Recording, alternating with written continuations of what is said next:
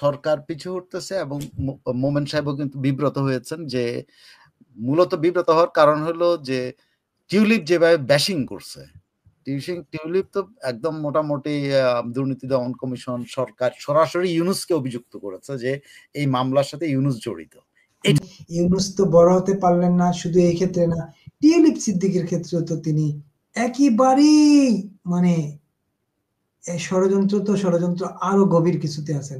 আজকে টিউলিপ সিদ্দিকী নিয়ে দেখছেন এই যে এই কিছুক্ষণ আগেই আমরা দেখলাম একটা সাংবাদিকদের বলেছেন দুদকের চেয়ারম্যান, আপনার নজরে পড়ছে নিশ্চয়ই। হ্যাঁ, ইয়েস। জি, যদি এটা নিয়ে একটু যদি কিছু বলতেন। দুদকের চেয়ারম্যান কিন্তু একটা খুব উল্লেখযোগ্য কথা করছেন, ওনারা পিছু হটছেন বলে মনে হয়। কেমনে পিছু হটছেন? ওনারা লজ্জিত হয়েছেন আমার কাছে মনে হইলো। আমি দণ্ড দিয়ে লজ্জিত হয়েছেন? হ্যাঁ, দণ্ড দিয়ে এখন দণ্ড না, অভিযোগ করে ওনারা লজ্জিত মানে কি এখন ওনারা বেকায়দা করছেন।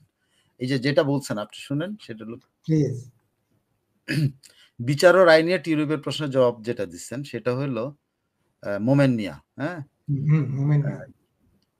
প্লট দুর্নীতি মামলায় আদালতের বিচার ও দণ্ডাদেশ নিয়ে ক্ষমতাচ্যুত প্রধানমন্ত্রী শেখ হাসিনার ভাগ্নি ব্রিটিশ এমপি টিউলিপ সিদ্দিকী যে প্রশ্ন উদ্বেগ প্রকাশ করেছেন তার জবাব দিয়েছেন দুর্নীতি দমন কমিশনের চেয়ারম্যান এবং জবাবটা হলো অন্ধকারের জবাব, মানে ধরি মাছ না ছুঁই পানি, যদিও পাবলিকের জন্য, কিন্তু উনি ভেতরে কিন্তু সত্যি উদ্বিগ্ন এবং এটা হলো পরিষ্কার সেটা বলি। তিনি তার জনসংযোগ দপ্তরের মাধ্যমে যে জবাবটা দিচ্ছেন সেটা হলো সম্প্রতি গণমাধ্যমে প্রকাশিত মিস টিউলিপ সিদ্দিকের বিচার ও দণ্ড সংক্রান্ত মন্তব্য উদ্বেগ স্পষ্টভাবে পর্যালোচনার দাবি রাখে। মানেটা কি দাঁড়ালো? মানে এটা বিচার হয় না, মানে আমরা যে অভিযোগ করছি এটা ভুল হয়েছে কিনা এখন এটা পর্যালোচনা করে দেখতে হবে, স্পষ্টভাবে পর্যালোচনা। এই কারণে একটি স্বাধীন সংবিধিবদ্ধ সংস্থা হিসেবে আমরা তার বিরুদ্ধে দায়ের করা সকল মামলার নথিপত্র পুঙ্খানুপুঙ্খ ভাবে পরীক্ষা করেছি। এখন পরীক্ষা করেছি, হ্যাঁ না করেছি, তারা করেছে, কিন্তু দাবি রাখে তো বলছে। দাবি রাখেন।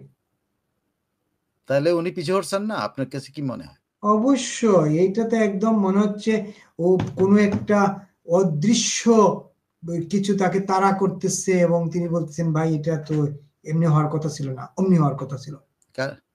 সো আপনি আমার মনে হয় যে সরকার পিছু হটতেছে এবং মোমেন সাহেবও কিন্তু বিব্রত হয়েছেন যে মূলত বিব্রত হওয়ার কারণ হলো যে টিউলিপ যেভাবে ব্যাশিং করছে। টিউলিপ তো একদম মোটামুটি দুর্নীতি দমন কমিশন সরকার সরাসরি ইউনূসকে অভিযুক্ত করেছে যে এই মামলার সাথে ইউনূস জড়িত। এটাতেই ওনারা ধাক্কাটা খেয়েছেন।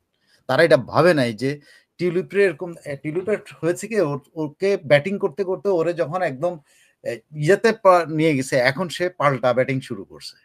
সে পাল্টা ব্যাটিং এ সে যখন ইউনূসকে অ্যাটাক করে বসছে, এখন আর কিন্তু মোমেন্টে অ্যাটাক করছে না, তো সে দুদক ফুদকের কথা না, সে বলছে ইউনূস অ্যাটাক করছে। এবং একটা ক্যাঙ্গারু কোর্টের মাধ্যমে ইউরোপ কি বলে রাজনৈতিক প্রতিশোধ নেওয়ার চেষ্টা করছে আমার, এবং সে অনেক মজা। আমি পুরোটা যদি অনুবাদ করে আপনারা বলতে পারতাম, যদি আপনি আমাকে আগে বলতেন যে এটা নিয়ে, আমি যতটুকু মনে আছে টিউলিপ সরাসরি স্কাই নিউজে যেটা প্রচারিত হয়েছে, ইউনূস সরাসরি বলছে এই টিউলিপ সরাসরি বলছে যে আপনি বলেন তো, আমি এখানকার একটা ব্রিটেনের পার্লামেন্টের মেম্বার, আর যাকে আমি অনুরোধ করব তিনি হলেন একটা দেশের প্রধানমন্ত্রী। তো এটা কত বড় একজন, তাকে আমি অনুরোধ করব আমার মাকে দেওয়ার জন্য, যে মা আবার তার বোন, তার বোন হলো সেই মার জন্য আমি ওর কাছে রিকোয়েস্ট করবো, আবার উনি হলেন প্রধানমন্ত্রী, আমি হলাম যে সাধারণ পার্লামেন্ট মেম্বার। এবং উনি সরাসরি বলছে যে ইউনূসের ইয়ে, এবং ওখানে বলছে যে ওই অনেক লম্বা ইয়ে, সেখানে সে বলছে যে সে যখন পার্সোনালি আমাকে অ্যাটাক করা শুরু করছিল, আমি তাকে বারবার বলছি যে আমি ইয়ে করতে পারি, আমি কথা বলতে চাই তোমার সাথে, এবং আমি তাকে কমনওয়েলথের কমন্স সভার ওখানে আমি দাওয়াত দিয়েছি তাকে। আমি তাকে বলছি আমি আপনার সাথে কথা বলতে চাই, আপনি শোনেন আমার কথা, আপনি আমার কথা শোনেন, কিন্তু তিনি আমার কথা শোনেন না, এবং উনি বারবার একই কথা বলে গেছেন যেটা আমার জন্য সম্মানহানিকর হয়েছে, এবং উনি যেটা করছেন আনফাউন্ডেড এটা, এবং এই জন্য টিউলিপ বলছে আমি এটাকে কিছুই কেয়ার করি না, বাট এটা অবশ্যই আমার ইয়ার মধ্যে যে আমাকে বেরিয়ে যায়। একটা অন্যায়ভাবে একটা জিনিস করা হয়েছে, সেটার জন্য সে দেখবে। কিন্তু ইউনূসকে সরাসরি সে বলছে এবং ক্যাঙ্গারু কোর্ট বলে সে এটাকে ইয়ে করছে। একেবারেই। আর দুদক চেয়ারম্যান কিন্তু এর আগে তার আইনজীবীরা বারবার দুদকের চেয়ারম্যানের সঙ্গে কথা বলার চেষ্টা করছে, দুদকের সংশ্লিষ্ট কর্মকর্তাদের সঙ্গে কথা বলার চেষ্টা করছে, কাগজপত্র চাইছে, সব দাও আমাদেরকে দাও আমরা দেখি। কিন্তু এরা কোনো কিছুই দিচ্ছিল না। দুদক চেয়ারম্যান তখন মিডিয়া ট্রায়াল করতেছেন বারবার। না, না এগুলো তো উনার আইনজীবীরা সঠিক বলছে না। আমরা সব পাঠিয়ে দিছি উনার ঠিকানায়। না, এখন তো উনি তো ইউ হ্যাঁ, টার্ন করলেন। আমি এটাই বলতেছি আজকে উনি 180 ডিগ্রি একদম ঘুরে গেছেন। একেবারেই ব্যাকফুটে চলে গেছেন এবং পর্যালোচনার দাবি রাখে। তার মানে কি? তার মানে হচ্ছে তারা এখানে ভুল করেছেন। হ্যাঁ? এবং এটা যথাযথ না, সঠিক না। তো এই যে বিচার ব্যবস্থাকে প্রশ্নবিদ্ধ করা হলো তাদের এটা ভুলের যথাযথ কারণে। না তো এখানে আইনজীবীর কথাতেই আছে যথাযথ। আইনজীবী বলছে কি টিউলিপকে কিভাবে জড়িত করা হয়েছে। তো টিউলিপে জড়িত করা হয়েছে কেমনে? এটা মজা টিউলিপ পাইছি ফোন আমি। করেছেন। কোথায় ফোন করছেন? প্রধানমন্ত্রীকে ফোন করে প্রভাব বিস্তার করছেন। কেমনে এটা প্রধানমন্ত্রীর জানলেন সচিবকে, আপনারা?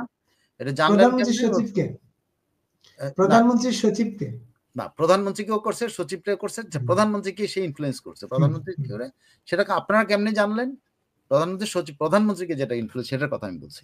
আচ্ছা। তো আপনারা জানছেন কিভাবে? সেই উত্তরেই নিজেই প্রশ্ন করে নিজেই বলছে, আমরা জানতে পেরেছি যে প্রধান এই গণভবনে কার্যরত খানসামাদের কাছ থেকে ওনারা জানতে পারছে।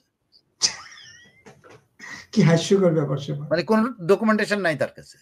ওখানে কর্মরত ২ জন খানসামার কাছ থেকে ওনারা জানতে পারে। খানসামারা নাকি শুনছে ওই পাশ থেকে টিউলিপ কথা বলছে আর শেখ হাসিনা প্রভাবিত হচ্ছে। এটা তো ভালো জিনিস। ফোন করলেই প্রভাবিত হওয়া যাবে। আরেকজন শুনতে পারবে প্রভাবিত কিভাবে হচ্ছে।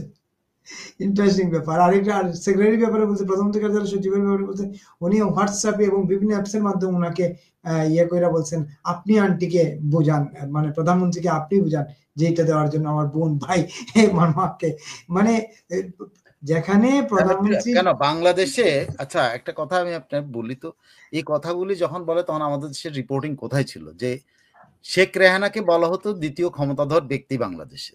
এখন সকল দুর্নীতির থেকে উনি কমিশন খান। বলছে না? এবং শেখ রেহানাকে বলা হলো, শেখ রেহানা এবং টিউলিপের সবাইকে বলা হলো তারা রূপপুর থেকে টাকা খাইছে। কত $5 বিলিয়ন 500 তো এই যে এত খাইলো, এত শক্তিশালী শেখ রেহানা, সে শেখ রেহানাকে প্রভাবিত করার জন্য টিউলিপকে লাগলো। সেটাই তো খুবই ইন্টারেস্টিং ব্যাপার।